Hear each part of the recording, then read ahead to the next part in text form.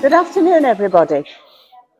Welcome to January Books and Beverages, and well done for getting here. I don't know how many of you have skated along these pavements out here, but my goodness me.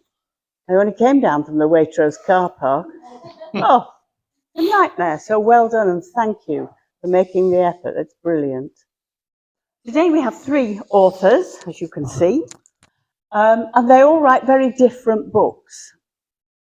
So I am going to ask them to read a little bit from a book, any book, but perhaps their most recent book or a new book, so that you get a flavour of what their writing is like, because they are very different. We have Mandy, Yvonne and Barry. And I'm going to start with Mandy and ask Mandy to read a little bit for us. Okay, thanks very much. Can you hear me okay? I've got the microphone on. Hi, everybody. I'm going to do a short reading from my book, Ted the Shed, which is a memoir about my father who got an allotment at the age of 87. And it's about the 10 years that we had the allotment together after that. I'm picking this excerpt from about halfway through. During the second year of our tenure of the allotment, we actually won a prize. Mid-October 2011, top plot. I have always loved autumn, but I love it more than ever in this second year of allotmenteering. I live with the promise of a long, brutal winter to come that freezes the ground and makes digging impossible. But in October, Dad rings with strange news. You'll never guess what. We've been awarded a prize. A prize? Who by? I ask. Oh, I don't know, some idiot or other. But who cares? The point is, we've won best allotment. What? I say, wondering if he's got hold of the wrong end of some sort of stick. It seems so unlikely. But he goes on, giving a convincing level of detail. We're invited to a presentation tea this Saturday. We can wedge up on cucumber sarnies and cream scones. The tea is being held at a local hotel. Really, I say. I still can't believe it. Other plot holders have raised far better crops than us this year. I suppose our allotment is laid out more prettily than some, with its central grass ring enclosing fruit bushes, but that's the only thing to distinguish it. I decide it must be a mercy prize. Oh well, that'll be lovely, I say belatedly. I put the phone down. Tea out with Dad, I say to dog Mandy Sutter. God help me. For Dad retains a schoolboy scorn for occasions, or indeed any event where one is expected to behave politely.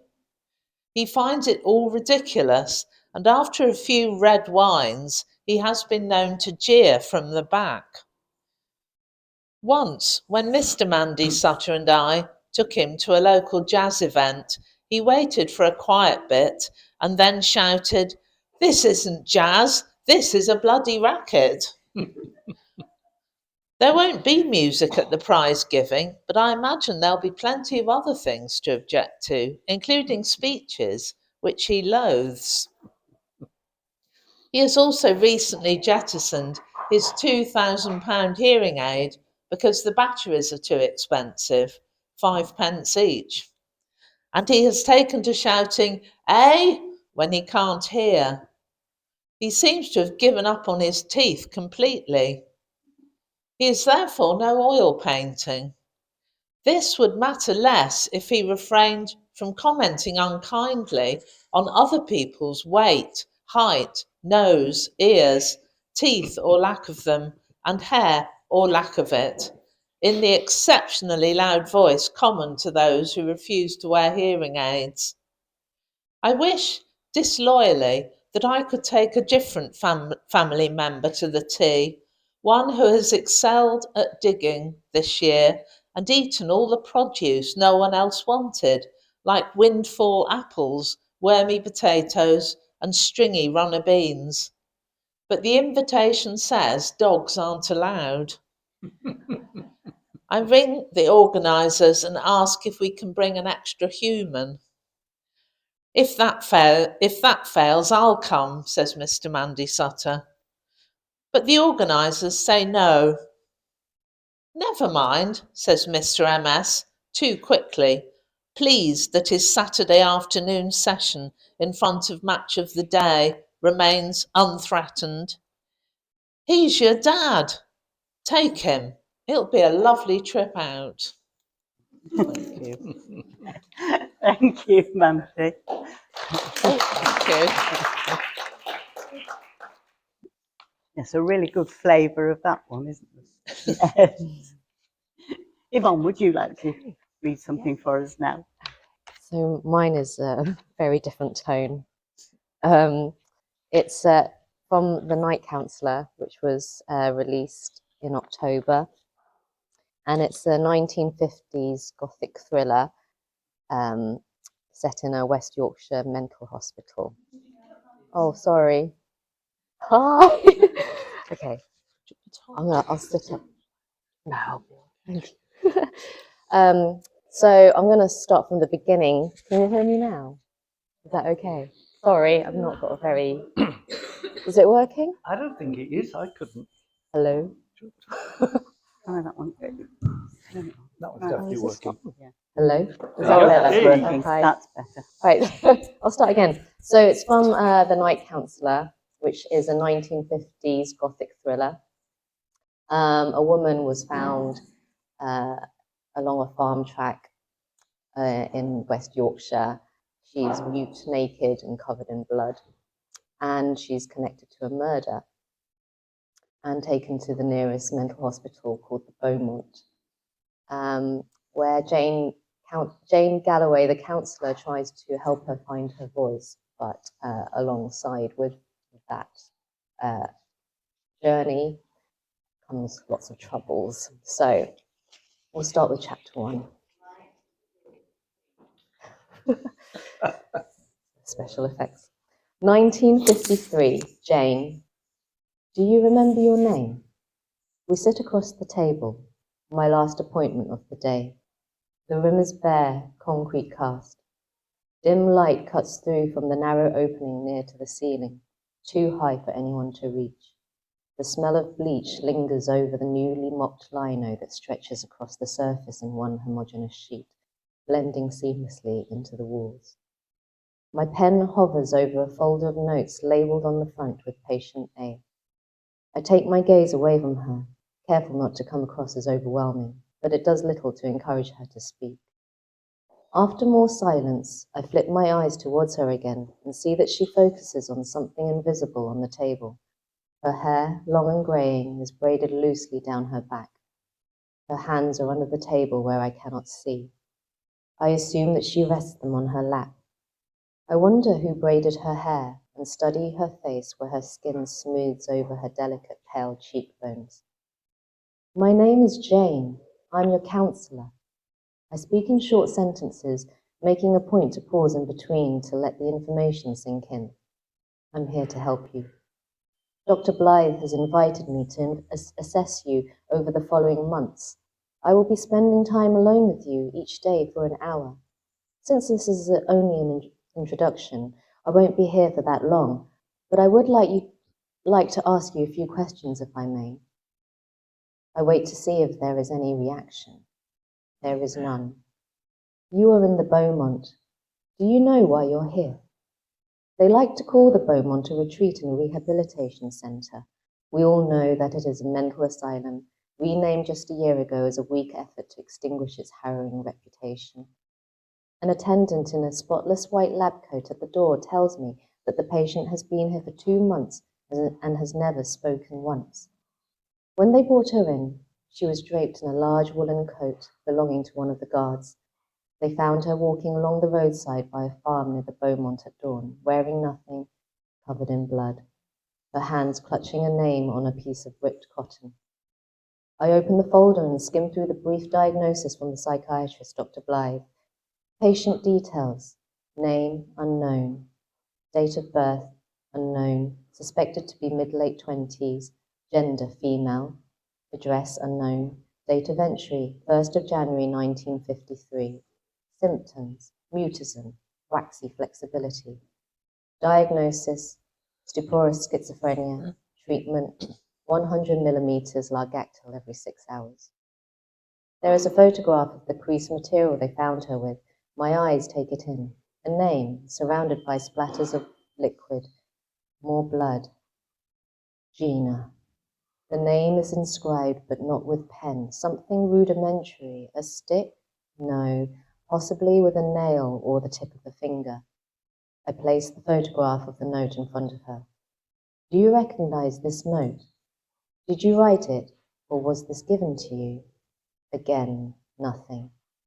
It says Gina. Is that your name? I asked. You were holding it with your hand when you were found. Where were you going? I pause and study the photos they took of her when she arrived. Distressed, shocked, lips gaping, dark hair in a tangled mess. Do you remember what happened to you?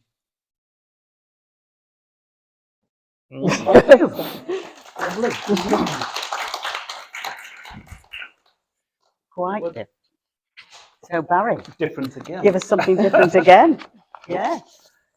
I think it's different again. We'll see. I've decided rather than reading from my published book and the book that's coming out next month, that I'd read from a book that I'm in the process of doing a first edit of. I've completed the book. I'm now into this first edit before it goes out to beta readers.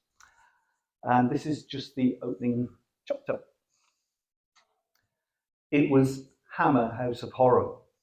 The absurd crack of lightning searing the night sky like a special effect, a CGI glare illuminating the hunched outline of the farm building.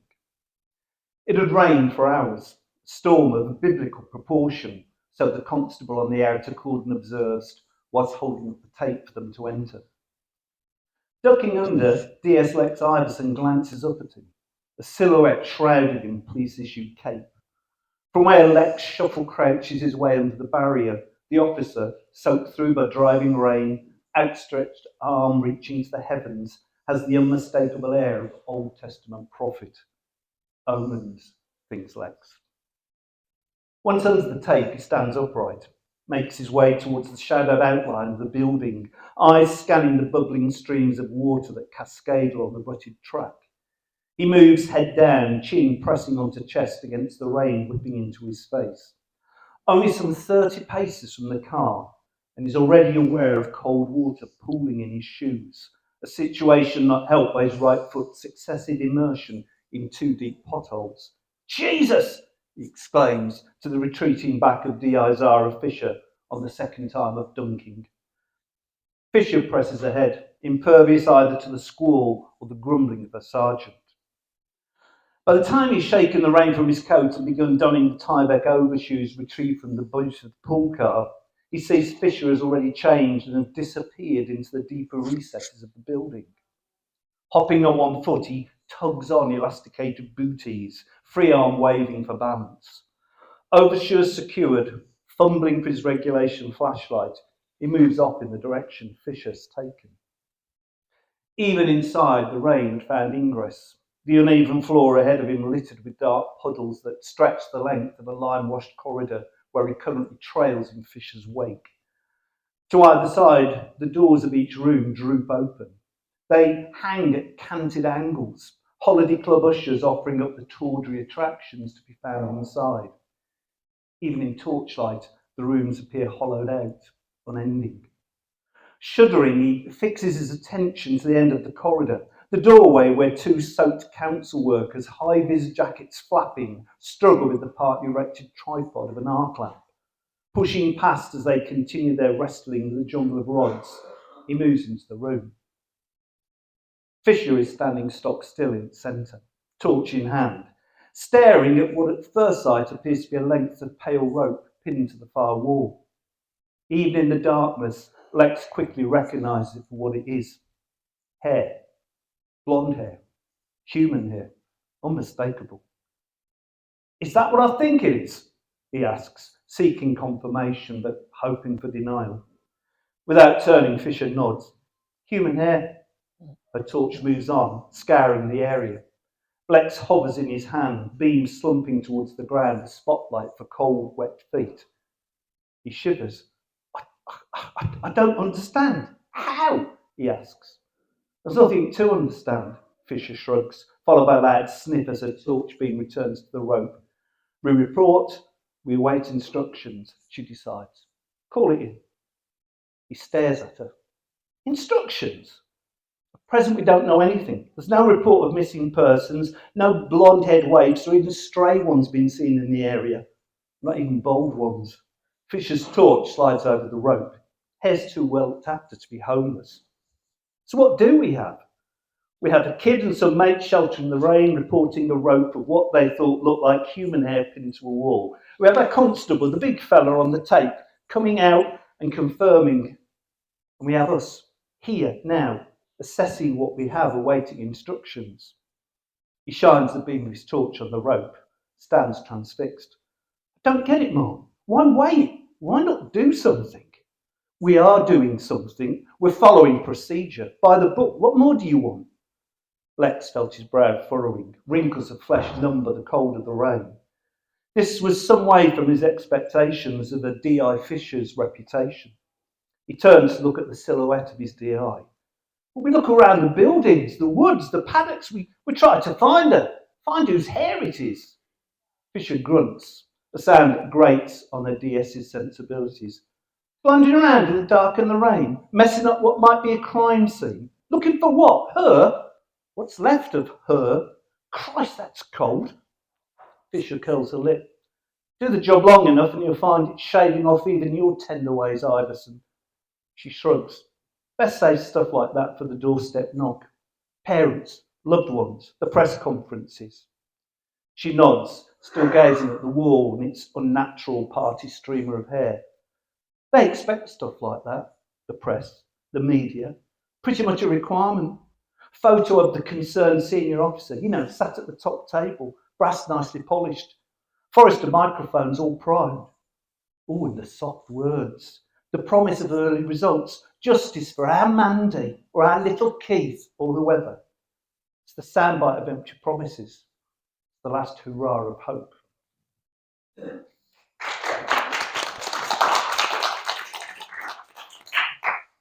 Thank you, all three of you. Well, yes, thank you. Yeah, very different, I'm sure you'll agree. So, given that you all write such different things, what started you on a writing career? What made you want to write? Yvonne? Give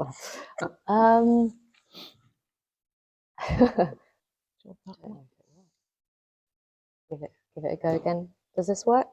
No. No. You have to have Pass that it across. one. Yeah. Sorry. Thank you. What start? This is hard. I think if you're, I've always been creative. So if you're like that, you've always wanted to have an avenue of expressing yourself in any way. And writing has been always there, sort of simmering in the background, although I've always been more into art and drawing. And I'm not sure what quite happened, but it was a New Year's resolution, I think, in 2022, and I thought I just read a book, and I thought I could do this. I could write a book, and I just sort of dedicated time every day. I made sure I wrote 2,000 words each day at least, and by within 4 months I'd written the first draft, and then that was it. After that I was like, well, what's the point if I don't really try and make something out of this and let people read it if they want to read it? And so that's what started. So was it the same for you, Mandy? Did the same process happen for Well, you? I think it did, but it was a lot longer ago because I'm old. And in fact, it was 1970 when I was 12, and I lived in London with my mum and dad, and I'd been ice skating, and they picked me up in the car, and it was an old Austin A40 car, and I used to sit in the back seat. And while I was looking out of the window on the way home, it seemed to me that the streetlights were shining down onto our car, and rather than my dad driving the car, we were being pulled along by each beam from the streetlights. One was letting go, and we'd go to the next one. So I think that was probably my first experience of metaphor or simile or whatever it is. And I just felt I had to go home and write it down. And I got it published in the school magazine. So that was my first. Mm. And really, I've written ever since then, all in different ways, Yeah. sort of all through my life. And do you write every day like Yvonne? I'm afraid not. No? Well, we're all different. I really don't. I write very intensely for maybe a few months, and then I sort of get to the point where I feel completely mad. It just doesn't do me any good at all, and then I have to stop for quite a while.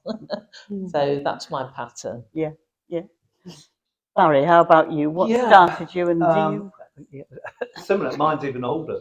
I was in bands in the 1970s while I was at university. Paid my way through university by busking and then writing songs because you're in a band.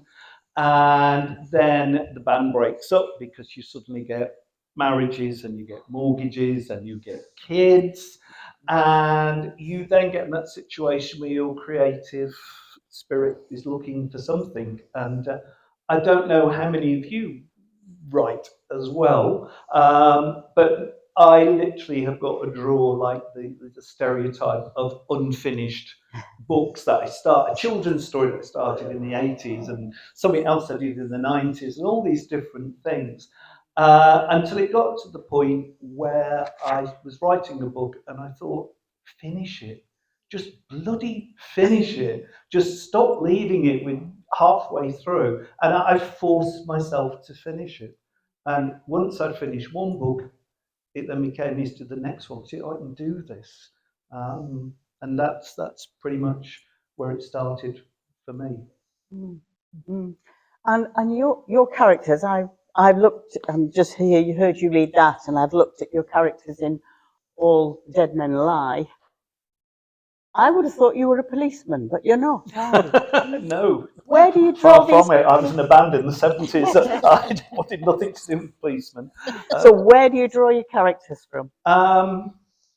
For me, because I'm writing crime novels, I spent 40 years teaching in the inner city in Birmingham.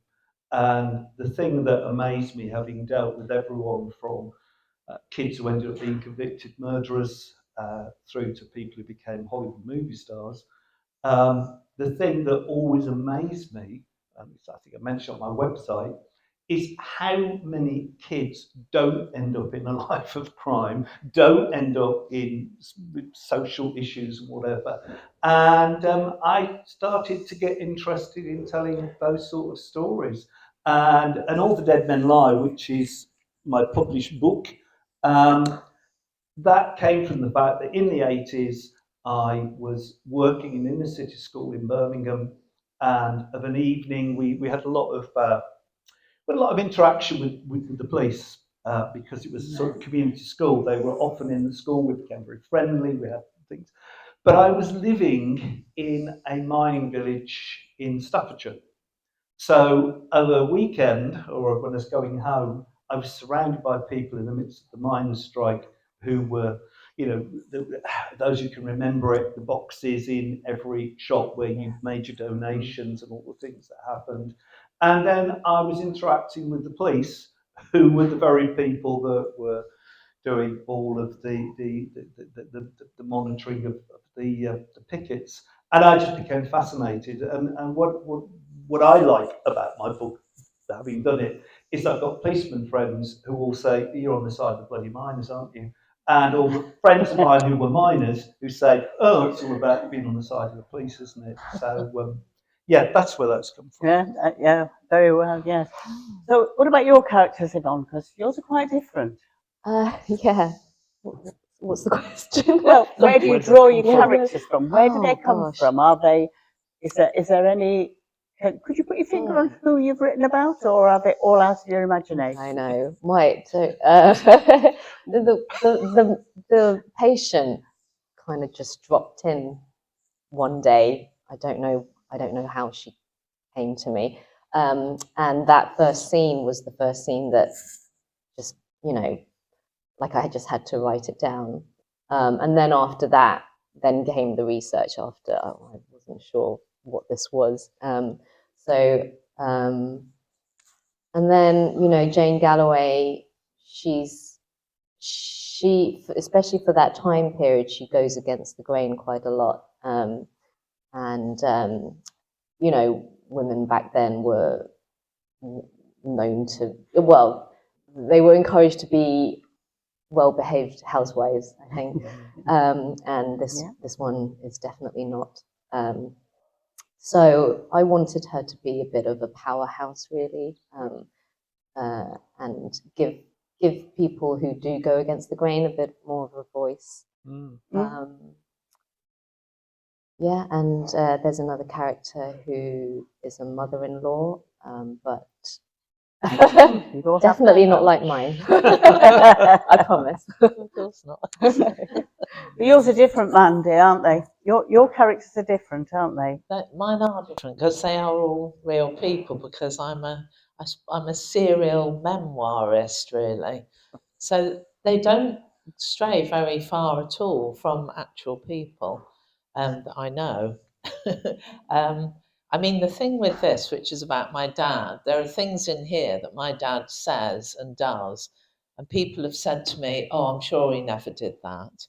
For example, he made himself a tooth once out of an old rubber when one of his teeth fell out, and he soaked it in. He used a scalpel and he soaked it in wine, red wine and tea to get it to the right colour, and slotted it between his teeth and wore it as a false tooth because he was a little bit on the stingy side and he didn't want to pay the dentist. And he was not hard up, but that's just my dad. He loved to make and do things himself from his own kind of devisings. He liked nothing better than to have a project. So most people, say, well, surely no one would actually do that, but he did. You did. So it's kind of truth being stranger than fiction. But I have got 3 books out, which are all there, by the way. This has been over the last about 8 years. And one of them is, technically speaking, a novel, but it is partly based on my own experience of internet dating, which is, and that of my friends, which was about 20 years ago. So my stuff doesn't really go very far from things that actually happened. I'm very envious of your imaginations because I don't seem to have that imagination. Something in me wants to stick quite closely to things that have actually happened. Yeah, sorry, I was just saying, most writers, about you, are just good observers. I mean, I'm probably the person sitting in the corner at a party watching other people and things, I don't know if it's the same for you, but things kind of register and you don't know they have, and you sit down to write and you find a little tick or character trait coming out. You think, oh, that's Nigel, who, whatever. And that's sort of where they come from for me in a way. And again, because I write crime, and I don't think it's the same for yours. The thing I find is that whenever I'm writing about a character, I have to see the world from their point of view. So if I'm writing about, in this book, there's a fairly desperate IRA guy, I have to see the conflict of that time from his point of view, because he doesn't think he's a bad man. He thinks he's actually a hero. And equally, my latest one, the guy who turns out to be a fairly nasty serial killer, I write from his point of view.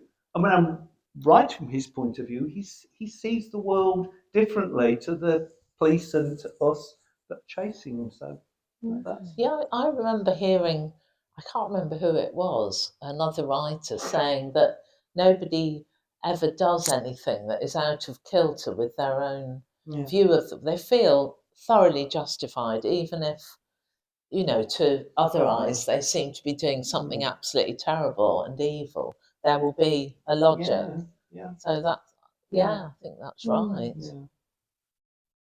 So how does that affect the research that you do around your characters if you have to stand in their shoes? Does that mean you've got a lot of research, a lot of reading? How do you do it?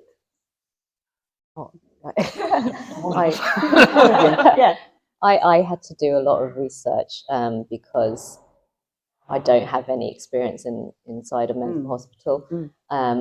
And I was born in the 80s and not 50s. But I am really attracted to historical fiction and especially sort of more gothic and darker themes. So I love doing the research behind it. Yeah. So did you go into mental hospitals? Did you talk to people about mental hospitals? I went to the Wakefield Mental Hospital Museum, the mental health museum, sorry, and that was very interesting. They had a lot of artifacts there, dating from the 1800s. They even had a padded cell.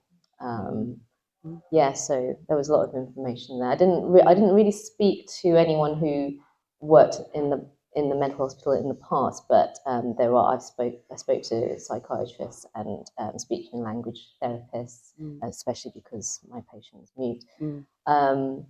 I went to High Royds in Menston, that's now converted into luxury apartments, but even there's still very eerie kind of atmosphere when you go in. And I walked around the site, and there's a lawn where they buried the patients, but none of them had headstones because they weren't. None of their families came to claim them. So, like say that real life can be more horrifying actually than what you can sort of imagine. So yeah, the research really helped inspire me.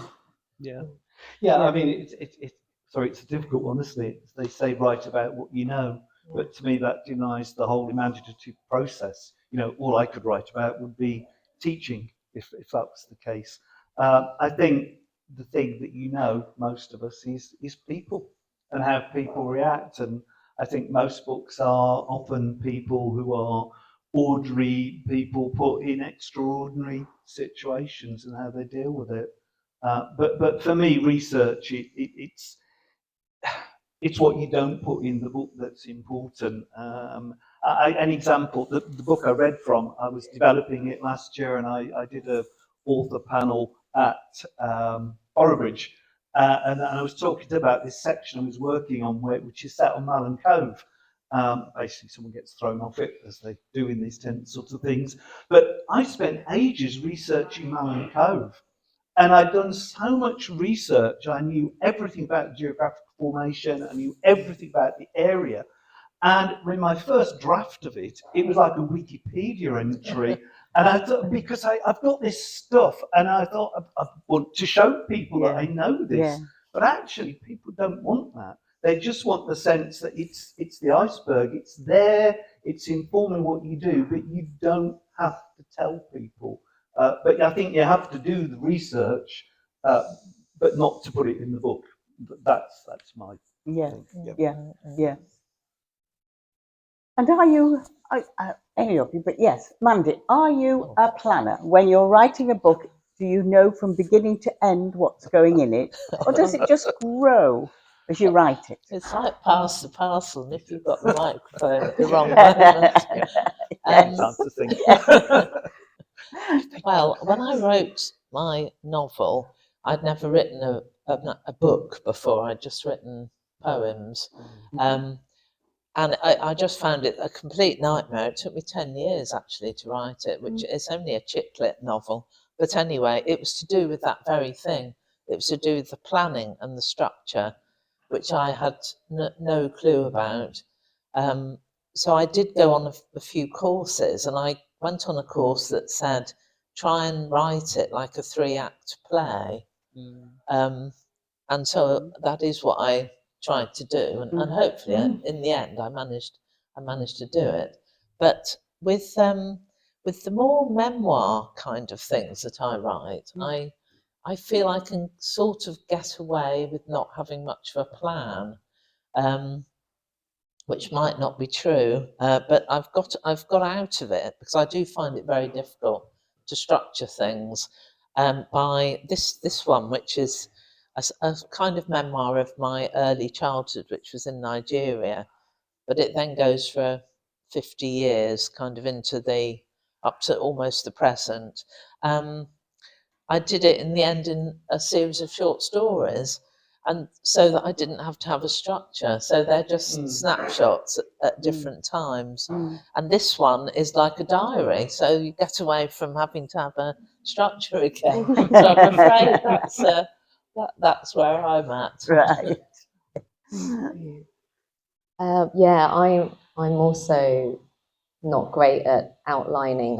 I try because I think that must be the most efficient way to get a good outline and then just know exactly, what you're going to sit down and write that day. But I just can't. I don't know why. The characters take me somewhere else. I think I can't force this person to do this because it just doesn't feel right.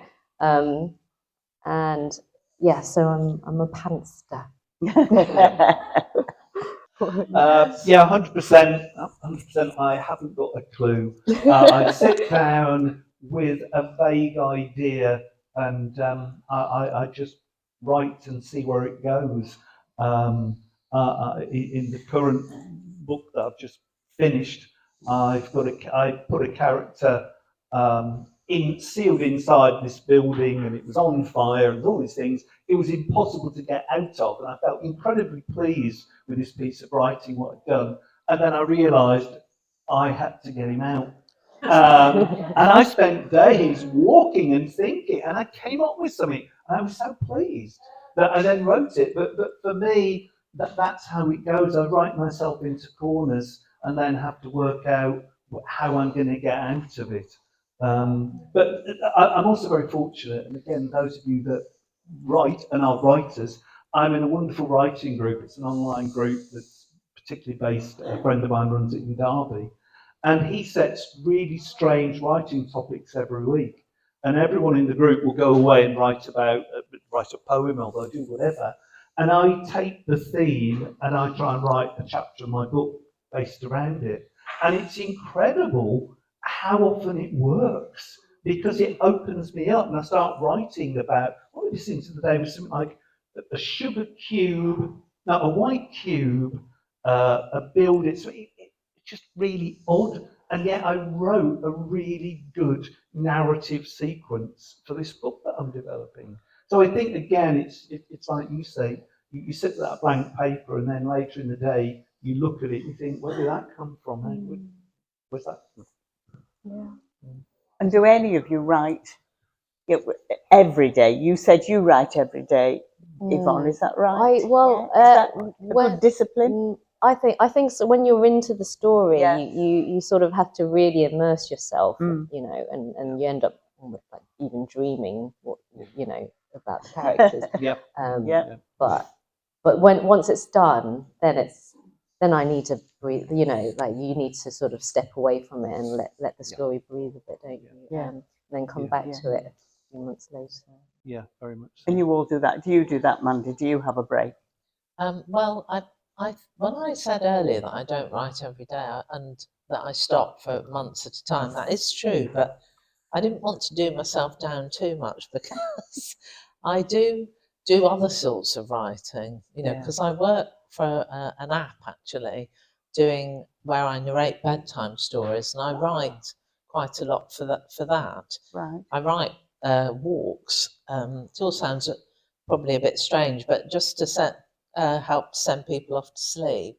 So I kind of might walk around some woods and describe what I'm seeing and use lots of sense words in it to make people drop off, basically. So I do actually write quite a lot, but I just don't.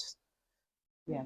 You know, I wouldn't. I'm not focused on one big project all the time, or you know, I do find it quite difficult because everything that you've described about going into that world, that fictional world, and then dreaming about it, I don't know. As I've got a little bit older, I actually find that very difficult. I feel like I'm going mad, and I don't like the obsession that you have to. I seem to have an obsession with it and think about it all the time, and it drives me absolutely nuts. So I don't find it, you know, completely pleasant. No, I think we all tend to switch off, don't we? But yeah, I do. I certainly switch off at times. But I think it's often useful again, and whether it's the same thing for you two. Um, I'm often writing one book, and I want to finish it because I've got an idea for the next one that I want to get to. And what I found this particular one, which I actually finished it sort of in October, November. I've spent the past few months doing nothing to it, but I've been editing a book that I finished a few months previous to that, and so I'm still writing, but often I'm editing something I've done, and as you say, once this next book is out in February, I'll move back to this particular one, but I already know the sequel to this one that I need to work on. So it's just that process, I think. We talked a bit about Audible books. Yeah. Yeah. And when you're talking about your app, that's for people to listen to go to sleep, is it? So is this like Audible books? Is that like Calm or something? It is. It isn't Calm, but it's the same. Yeah. I'll just tell you in case you want to. It's called Insight Timer, and I've serialized half of this on it. If anyone wants to listen to it, because it's free, you do have to register with the app, but it is free. But my cunning plan is when I finish serializing this, it's in blocks of 2 chapters, which only lasts about 15-20 minutes each episode. I am going to make it into an Audible book because I've got all the recordings. So hopefully it'll be not too difficult. Although I gather they do need a very high sound quality. So don't know if anybody knows anything about these technical discussions that you, as writers, you end up saying, "Oh well," but yes, I mean, I love actually doing voice recordings, and I don't mind that people are listening to it to go to sleep to either. Honestly, Never hear I the don't. end. I know some writers get very upset about that. There you go. Thank you. Does anybody in the audience have a question? Would you like to ask any of our writers something? You must have a burning question. Yes, lady over there.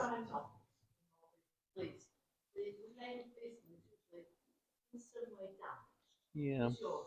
Oh, all of them. Yeah. I mean, I think the problem for writers, particularly crime writers, because I talk to a lot of fellow crime writers. We have conferences and dinners and whatever. It is the fact everything's been done, and the search is always to find a central figure. So at one point, as you say, it suddenly became they were almost anti-heroes, and then it moved on. Prime Suspect moved it on to women, and then it became damaged women, and then so you're always looking for something that's all been done, everything you think of, and if I'm pitching an idea or talking about it to friends or family, someone will say, "Oh, that sounds just like." And my view now is, again, about you guys, but I kind of accept it and embrace it. Because you go to publishers the first thing I ask you is, what's it like? So, you know, the one I'm doing at the moment, which is coming out in June, hopefully, it's Slow Horses meets Thursday Murder Club. That's the pitch, and when if everybody reads it, you'll see exactly why it is. So yeah, take that idea, use that idea, or it's a similar idea, but you try and put a spin on it. But if you're going to try and write anything incredibly original, Yeah. I don't know. I can't think of many that do, Yeah. really. But yeah, all of them tend to be damaged in some way. It was, you were saying, you know, it's like Outsiders, a bit different. Anyone else? More questions? Yes. Well, lots of reasons. Sorry, the question was, why was it chosen for the 1950s? Yeah. You might need the microphone. One, because it was post-war, and so lots of changes were happening post-wars. Women were almost getting used to working, and then having to return to their homes to become housewives again.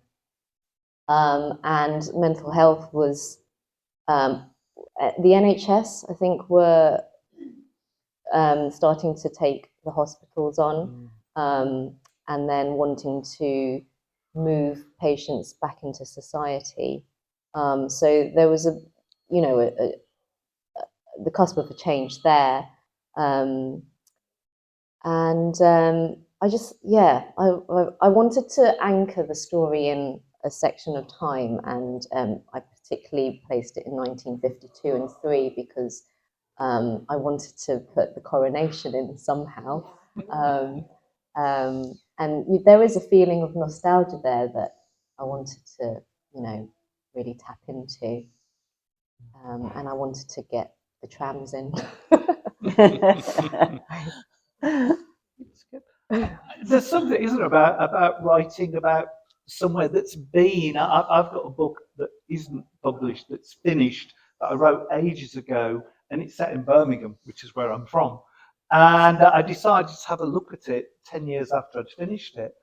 And it was incredible how much had changed. I was writing about things like floppy disks.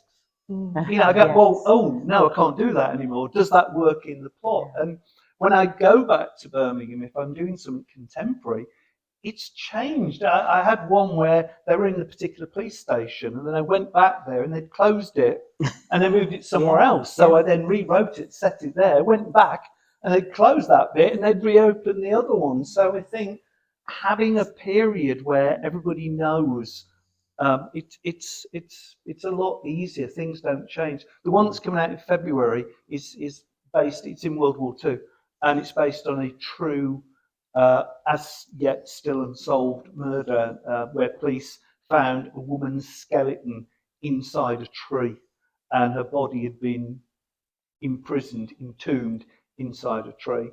And I read all the case files about it, but that was fascinating to then go back and try and look at that. But easy, because nothing was changing. It was fairly set. Yeah. Oh, sorry. Sorry, do you have something to add, Mandy? Oh, well, maybe a little. Yeah. Yeah, just to sort of agree about that thing with things changing. Because my novel was set in the 80s, and there were all sorts of things then which might not seem, you wouldn't think about them, but things like a staff canteen features in it. Yes. Absolute thing of the past, isn't it now? And a payphone inside a factory. There were just so many little things, and Lonely Hearts then was done by writing letters to the newspaper. You know, it's all different. So if you, as I mentioned before, it took me a long time to write that novel. And while I was writing, because it took me so long, everything kept changing every couple of years. I've worked out that I'd written something like 1 million words, because I just had to keep going back and redoing it. So I think it's a really good idea to have a time in history where it's at least stable. Yeah, You know. very much. Yeah, one of the key scenes in my book, called The Dead Men Lie, is about a phone box, and it's about a woman who is having to make a phone call to the police, and part of the tension is her walking backwards and forwards, trying to. Then she gets in, she has to put the money, and she can't get the money in, and then the pips are going, and the police are asking her things, and she panics. You couldn't do that because a mobile phone, or she was WhatsApping or whatever. So I think sometimes it can be really useful that the police can't just pick out their phone and find someone by looking on Google. Did she have to reverse charges? No, she didn't reverse the charges.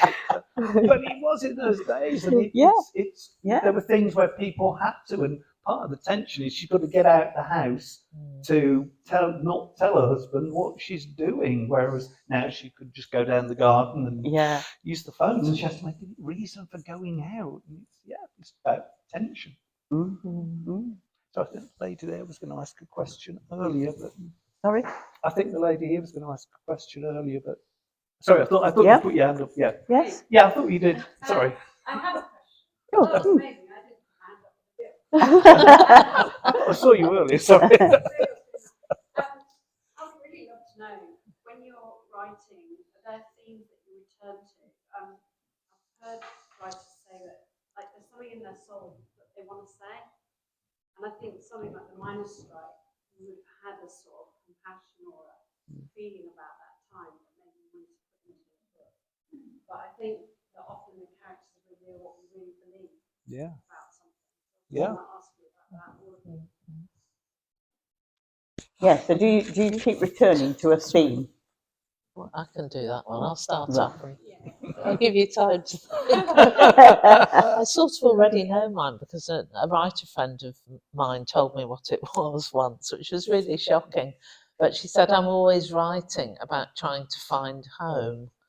And that really rung true with me. Yeah, so. Have you found home? Yes. Have you found home?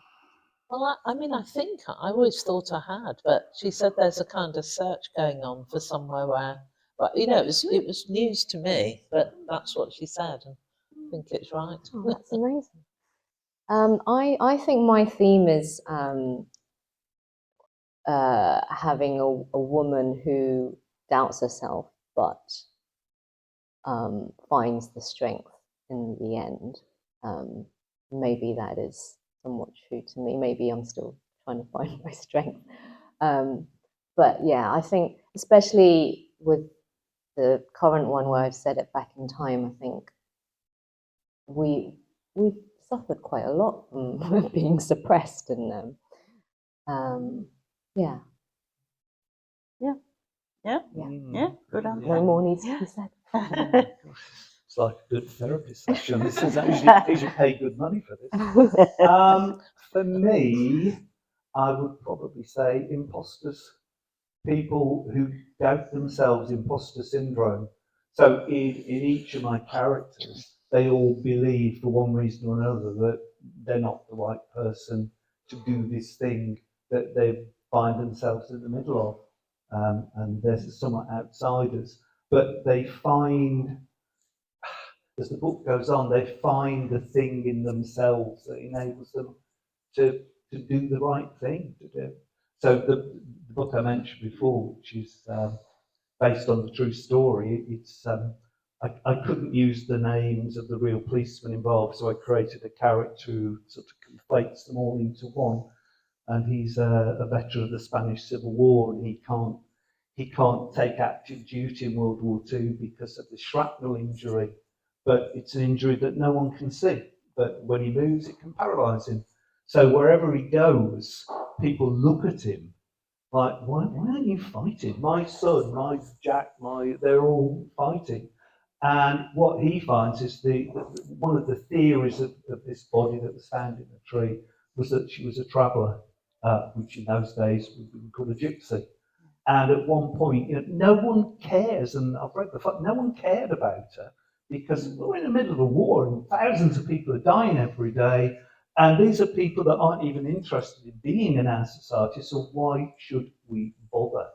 And at one point, my main character, Porter, he actually turns and says, if we're not fighting the war for the weak and the vulnerable and the people like this woman, then we have to question why we're fighting this war at all. You know, what are we doing? And so that's his thing that he grips on, and he becomes obsessed with finding out who killed her. Which, of course, we don't know because it's still unsolved. So I had to make up an ending, which I have.